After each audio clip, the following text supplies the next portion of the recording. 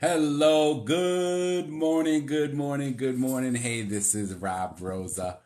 Hopefully, your favorite real estate broker. Listen, today I felt like it would be best to start talking and having discussions about real estate financing. And the reason for that is because honestly, most homes that are bought in the United States are not bought for cash. And I know that there are quite a few people who have questions about what to do about real estate financing. How should I handle it? What's the best way to go about it? So I'm watching your comments. I am going to go through a lot of ideas, a lot of tips for you. And of course, if you have questions, comments, please join us. Please watch and we can be able to share as many of those questions and comments with everyone and try to get to them. So, as we go through it, most homes are bought with borrowed money. Once in a great while, like for instance, I was telling a family members last night, I was like, I did have somebody years ago who paid over $500,000 for a condo in cash, right? But you don't see that happening very often. So basically, we do have a lending industry, and that's what helps us mostly be able to offer different lending products to our clients, right? So what we're going to take a look at is the housing affordability, right? What does it take to purchase a home? Is the investment manageable? What makes up that investment? What are the different parts of the monthly payment? Do you have to pay principal and interest and taxes and insurance every single month? Well, it depends. We're going to talk about some of those different ideas, right? And so, we're going to also have a discussion about property insurance and even, some of the essential elements to loan approvals. So let's take some time. Please make sure you feel comfortable, that you post your questions. We can have some discussions about it and go through it. So right now we know that Congress, right, and state legislatures and even local governments, they are working on trying to come together to give us affordable housing. I mean, even the FHA and Congress and the Federal Reserve, they have been making comments that they might feel, or that they feel that the low interest rates were fueling too high of a market, that the market was heating up too quick for too long. And so that's why they raised interest rates. In fact, did you know right now an FHA, right? Federal Housing Authority loan, a 30-year fixed loan is basically averaging about 6% nationwide. Now, there was a time when it was averaging 3% nationwide. There was a time when it was averaging 9% nationwide. So, I mean, things have changed really pretty quick. There was a time when I first started working in real estate about 22 years ago, and I was helping people with real estate and also with mortgages, that if I could get you a 30-year fixed mortgage at 8.5%, you were thinking I was the best guy around. You're like, oh, Rosa's hooking me up, man. I'm getting a loan for only 8.5%. So it really just depends. I mean, historically speaking, this 6% is still below the average of the last 50 years, right? So we're still doing all right, even though you might not think so, right? But we know that inflation has driven things up and has made things really, really pretty quick. I mean, pretty hard for us. So really at the start of the century in the 2000s, we did have a lot of creative financing, right? We were doing low interest loans.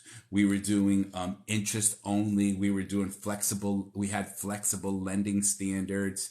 And we were able to have a lot of people qualify for mortgages. Now, we can blame it on the industry. We can blame it on everyone just wanting to make money. We can blame it on the buyers who signed up for mortgages and then couldn't pay them because of the adjustable rate and they didn't know. But really, everything crashed in about 2007.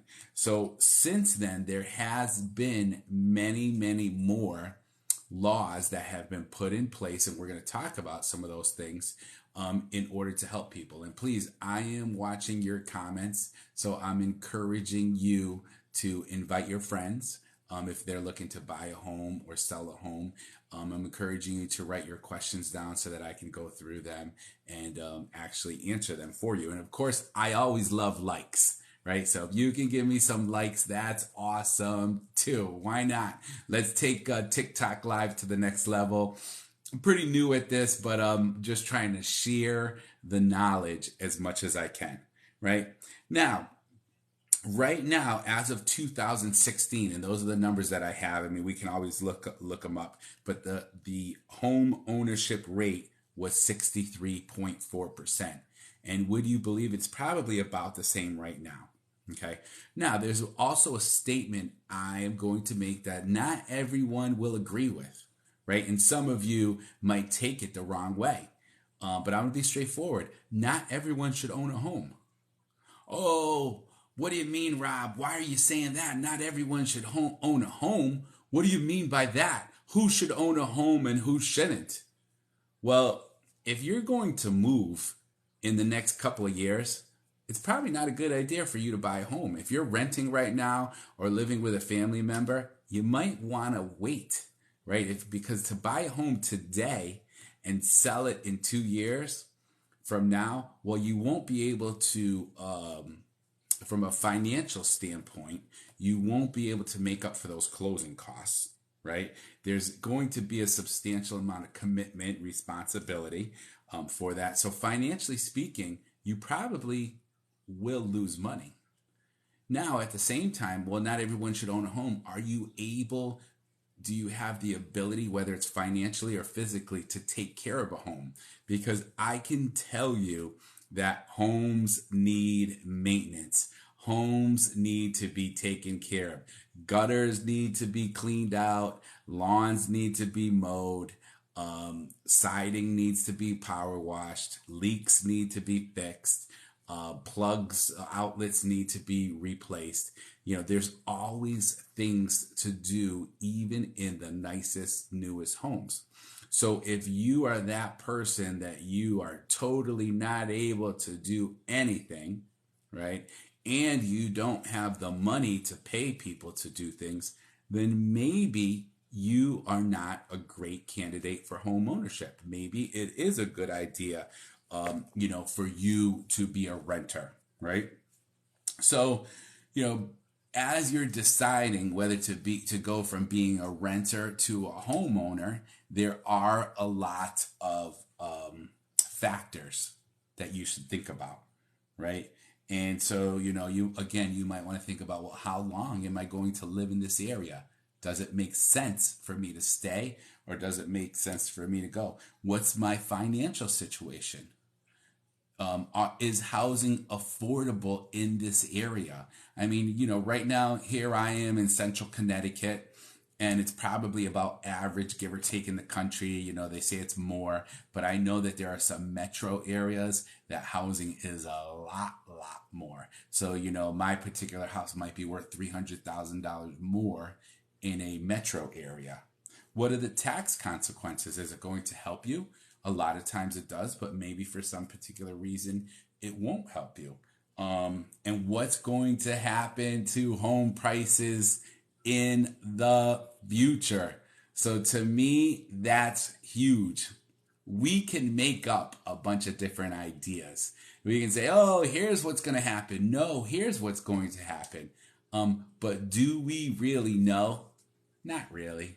We don't know what's going to happen in the future, right? We're not sure about it. I mean, do we think that we're maybe towards the top, right, of a peak of home ownership, of home prices? Probably, but we've been saying this for a bit. So, you have to think about these different factors as you are deciding if you're going to buy a home or not. Okay. Now, we're going to talk about different mortgage terms in a little bit with FHA and VA and USDA and so forth. But first of all, let's talk about the expenses and the ability to pay a mortgage. So first of all, that home ownership involves a lot of expenses that you might not be used to. And one of the big things, which I think is really interesting, is cold water. Just take it for granted. Oh yeah, cold water, no big deal. Well, what really woke me up to it is that when I owned some 3-family homes and I had, as the landlord, I had to pay the cold water bill for 3 families. And I can tell you it's really expensive. Then recently, it's probably been about a year and a half, 2 years, they switched over our bill. It's good to pay it monthly. And I do think it is, but now you see every month and then you start figuring out, wait a minute, are we saying that we're spending $18? I start having like little fits like, oh man, here we go. My water bill's going up. And so water is very expensive. So if you've been a renter for a while, that's one bill. That's about $100 for an average family. You might not be ready for, right? Of course, electricity, natural gas, heating oil. Maybe those are things you paid for as a renter. Maybe you didn't. How about trash removal? So depending on where you buy, you might have to pay for trash removal. And that could be something, again, that will take some money out of your pocket, right? Now, owners are also going to have to pay for real estate taxes and property insurance. Also, the interest for the mortgage along with the principal. So there's interest, taxes, and insurance, okay? And so when we figure out, well, what are you going to pay for interest? The thing that we look at, number one, before anything almost, is your credit score. Yes, we are all victims, all 365 million citizens of the United States, right? So much of what we do depends on how good our credit score is. So there's 3 bureaus that report our credit. Okay. Now I can tell you from the start, my little commercial is that yes, I do help people with credit as well. You can go to Rosa Team creditrepair.com. Again, Rosa, ROSA, team, TEAM, creditrepair.com. And we will see your inquiry and then we can talk about credit repair. I'll help you with that every step of the way. Much more much more inexpensive than some of the other companies that are out there. Those internet companies that you don't know who's doing anything, if at all. Much less expensive than those who are doing a multi-level marketing program where they sign you up for things, but then they don't do anything. I will be the one. I am that person that will review your credit with you every month and go over it. And then I have, of course, an admin that helps me print out the letters that we create with the Fair Credit Reporting Act language that was developed from an attorney, and print those out and send those out by mail. Okay, so we can help you with that. So let's talk about the 3 major credit reporting companies: Equifax, TransUnion, and Experian. Okay, so this credit score is based upon your past, number one. And you might be like, well, there's nothing I can do with my past, Rob. It is what it is, right? People like to say that, hey, it is what it is. Okay, well, yes, your credit history is what it is because of your past. But we can still ask people to validate things and see if we can get those deleted. Now, the second part is where you are now, your credit usage, right? Your credit line usage. So how much of your credit line are you using right now? Really, what a lot of experts will say is they want you to be under 30% of your credit limit. So if you have a credit card for $1,000, you do not want to use more than $300 of that. Okay. So that's really, really important. And so your credit score can go from a range of about 300 to 850. Okay. So you might, be talking to someone there telling you, oh man, you know what? I got a great credit score. No one's got better than me. I got an 872. I just ran it yesterday. Well, when they tell you that, just sit back and say, oh, so you have a credit score of 872? Oh, yeah, definitely I do. No problem. Just know who you're talking to, because that person is lying. The highest credit score that you can get, the best score is an 850. Okay. With when we talk about the Fair Isaac FICO score. Now, who knows? Maybe they have some new kind of credit score company that we don't know about and they're taking some weird numbers. But really, when it comes down to it, these lenders, they're going to look at your credit scores and they're going to be able to figure out, okay, are we able to give this particular borrower some type of government sponsored program, or are they going to go conventional? So it totally depends on what it is that you're looking to do. And so we can help you with that every step of the way. Now, a lender is also going to look at your debt. So when we talk about debt compared to your income, okay? So let me give you an example. Let's just say, first of all, that and in most cases, lenders will go higher than this.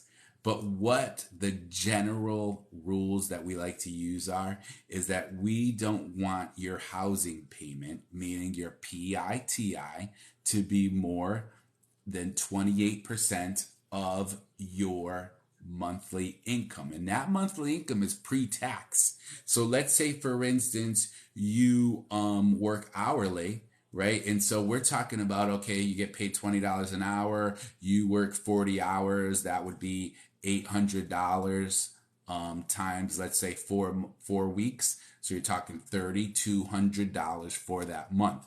That's before tax. That's how that number is calculated.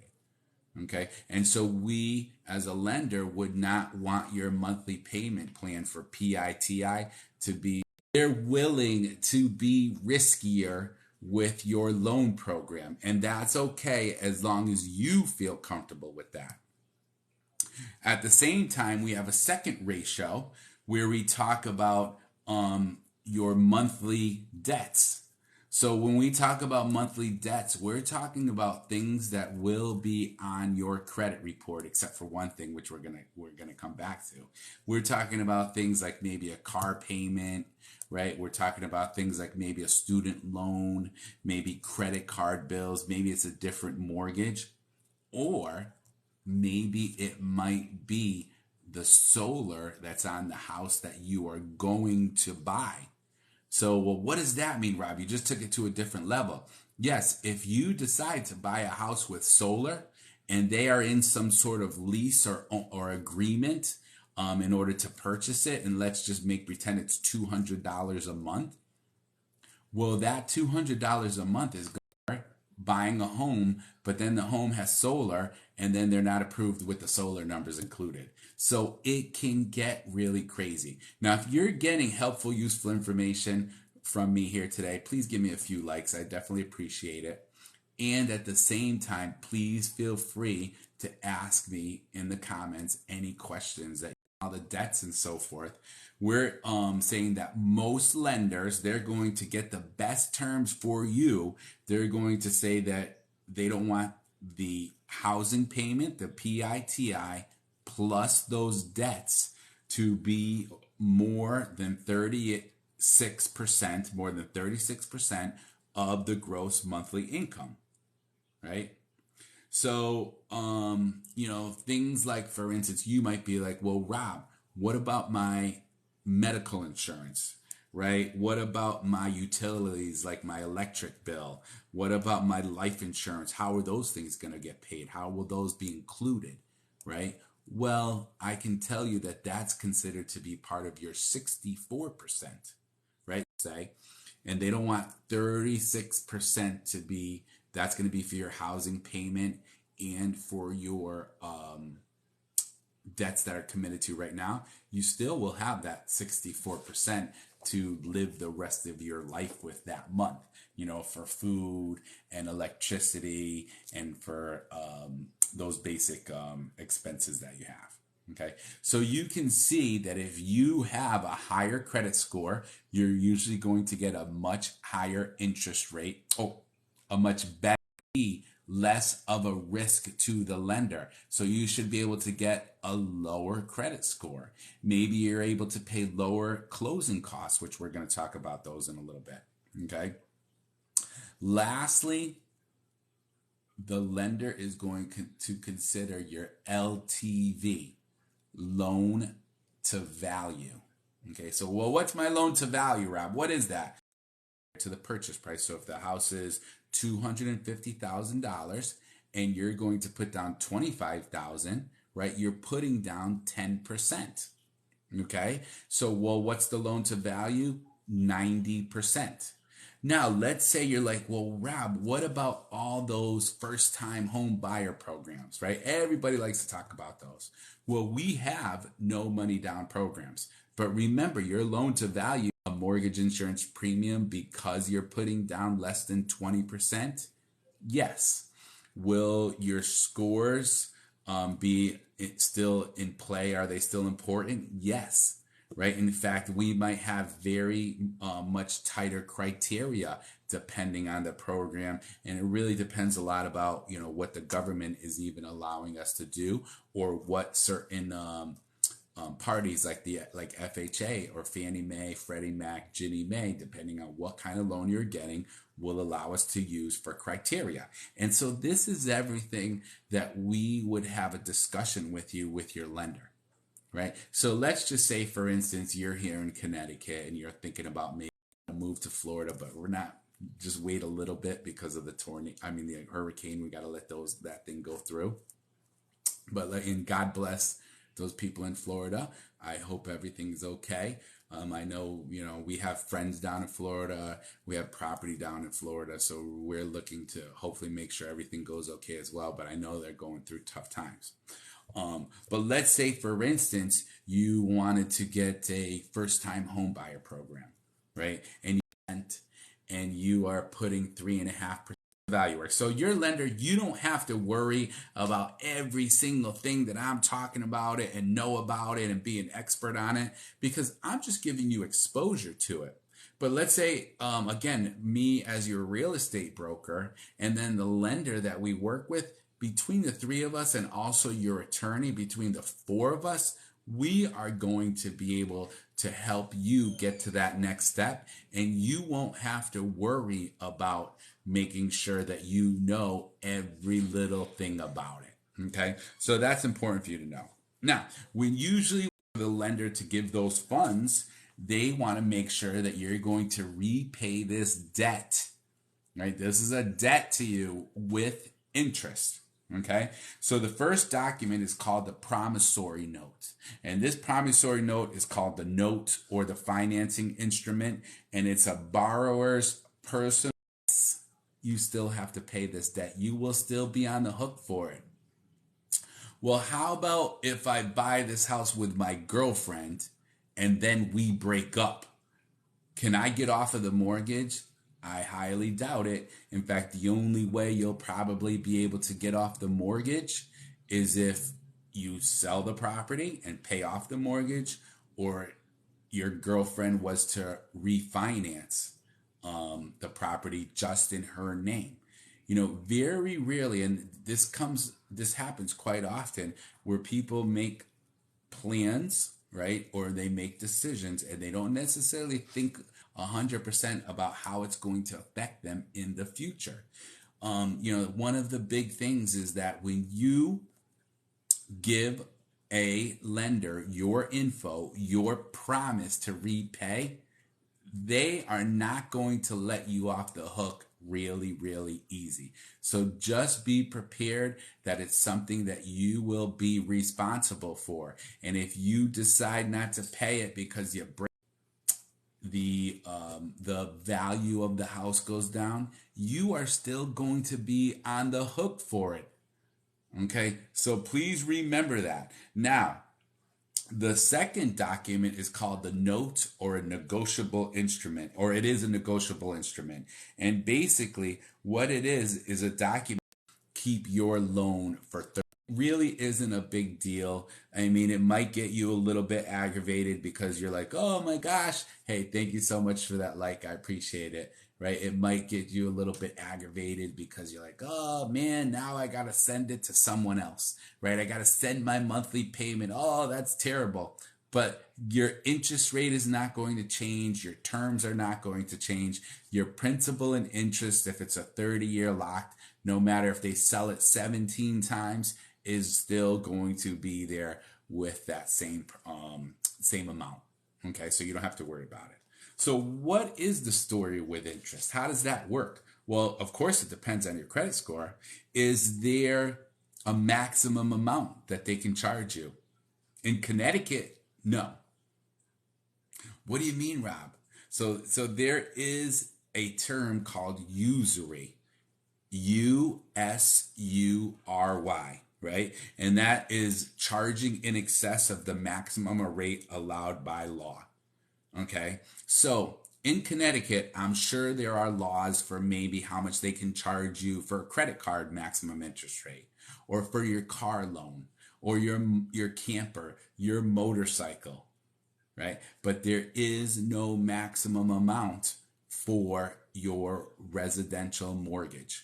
Right? So whatever you sign up for, that is what it is. So you do, I mean, I don't see it happen very, very much. I don't see it happen. But once in a great, great while, you will see some lenders that will come along and promise you that they're going to get you a mortgage. And maybe they can because you have such a low credit score, but your interest rate might be through the roof.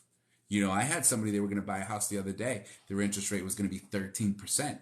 Because they don't have the greatest credit and they wanted to buy a commercial property, right? And commercial properties are totally different. You have to pay so much more closing costs.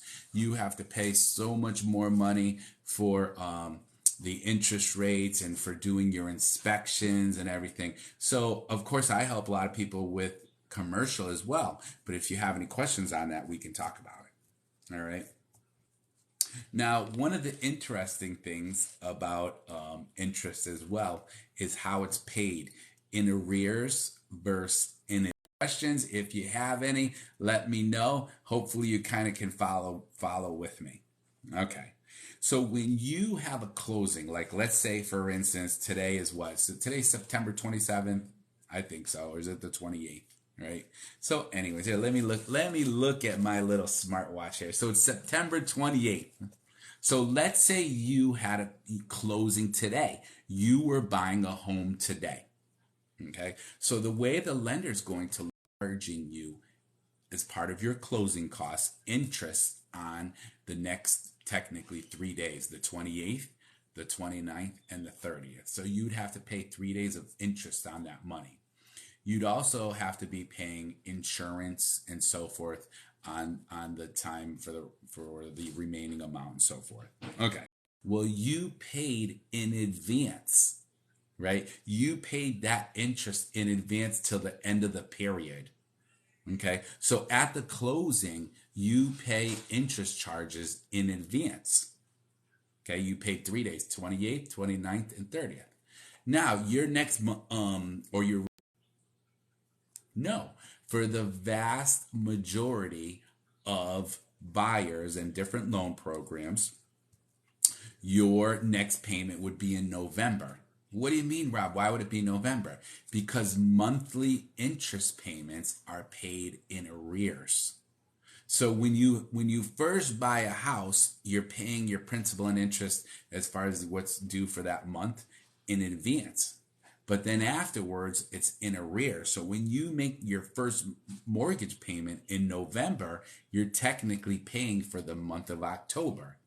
And then when you make your next monthly payment in December, please feel free, give me some like, right? And TD22 and Sprite116, appreciate all of you joining us. All right. So the next part is what we call the loan origination fee.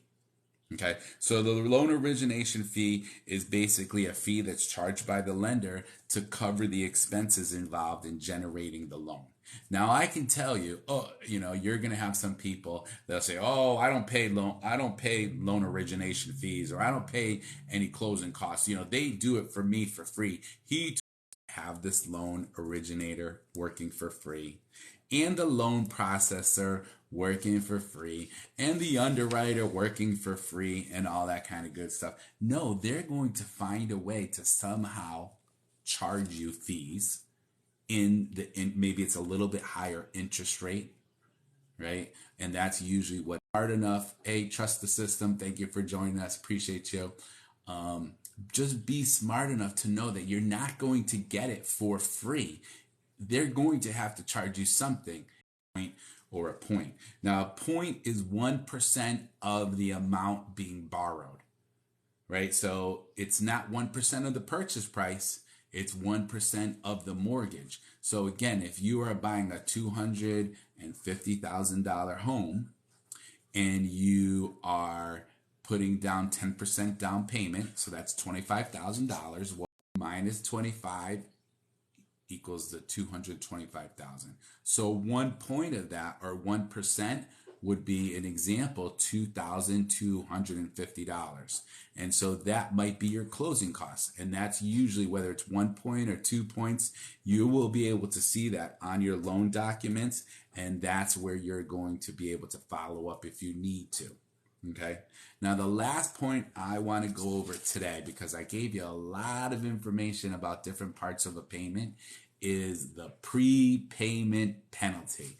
Well, the good news is as of right now, for almost all the residential mortgages that I see, we do not have a prepayment penalty. Now, can that change? Yes. Did there used to be some loans that had prepayment penalties? Yes, there were. Are there prepayment penalties in a lot of commercial mortgages? Yes, there are. So anyways, hopefully you got a lot of good information from. You can also go to my YouTube page to see more videos like this, to get more information about buying, or advice.com. Again, that's smart, SMARTRE, like real estate, advice, ADVICE.com. Smart real estate advice, or smartreadvice.com. smartreadvice.com. So just to kind of do a quick little recap. Hey, Bala, thanks for joining us. Hey, Harry, thanks for joining us. Any likes or shares you can give me, I definitely appreciate it. What we did is we are going over an overview on real estate financing. We spoke about housing affordability, expenses, and ability to pay. We had a lot of discussion about credit scores and credit repair. And just remember, I help people with credit repair. RosaTeamCreditRepair.com. We discussed debt to income. We discussed loan to value. We discussed what a promissory note is, and whether it's a payment in arrears or payment in advance. We discussed usury. We discussed the loan origination costs and so forth, and the 1 point and the 1%. And we talked about prepayment penalty. Woo! So anyways, my friends, that's everything I have to share with you today. I hope that you are having an absolutely amazing day. I hope everything's going well for you. And this is Rob Rosa signing out. We'll talk to you soon. Bye.